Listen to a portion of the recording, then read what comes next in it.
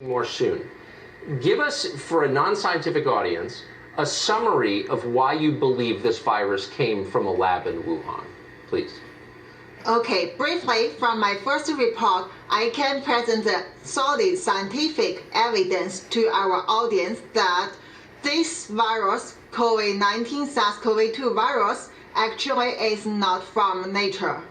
It is a man-made virus created in the lab based on the China military discovered and owned the very unique bat coronavirus, which cannot affect people, but after the modification becomes the very harmful virus at now. So I have evidence to show why they can do it, what they have done, how did they do it.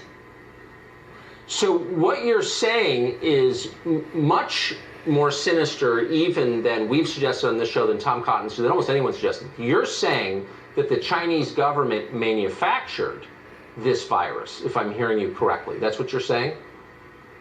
Yes, exactly. Based on the virus genome, is basically like our fingerprint. So you can see the very unusual characters in their genome, which clearly, based on the other evidence they left during the modification, we can say finally this is exactly the one come from their own special bat coronavirus and then target human. What you're alleging is shocking more even than I anticipated when we invited you on. So I just want to ask the most obvious question, which is this genome presumably is in the possession of many researchers around the world. Why is nobody saying this if it's true? Yeah, why there is nobody want to say it is because of the big suppression come from the Chinese Communist Party government and also their friend in scientific world. So basically, this is very clearly that this virus is like Frankenstein. So he created those things like basically a cow has deer's head, has rabbit's ear, and also have monkey's hand. So they can never get it from the nature. And there were evidence left in the genome. But the scientific world also keeps silence, work together with Chinese Communist Party. They don't want people to know this truth. Also, that's why I get suspended, I get suppression, I am the target that Chinese Communist Party won't be disappeared. You're a brave person.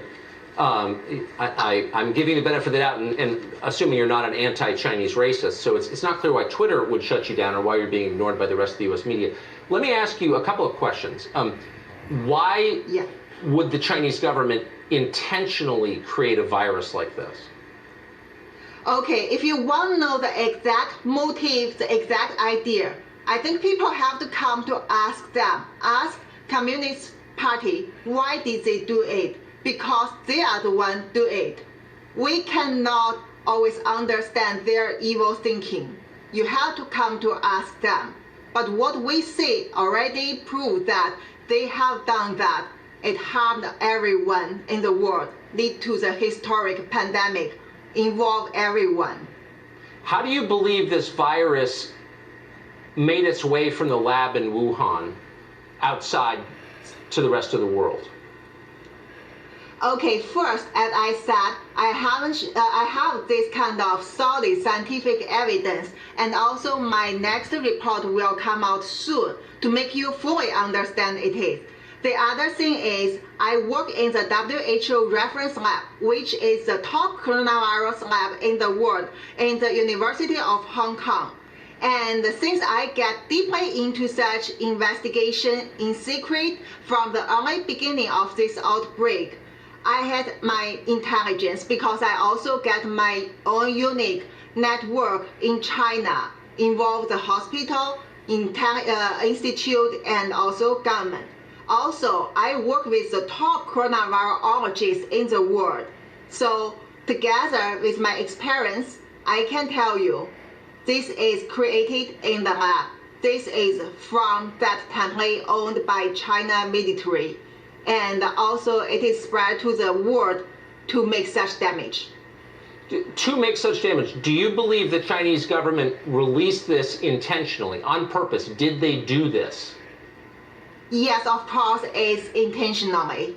And even no need more evidence, you already can see what they try to cover up from the early beginning, as I reviewed in different medias before, and also what else they have done, like making the fabricated virus to throw out the natural origin theory, censorship, everything that every evidence point to the lab origins, and also clearly try to make people like me want to talk about the truth get disappeared.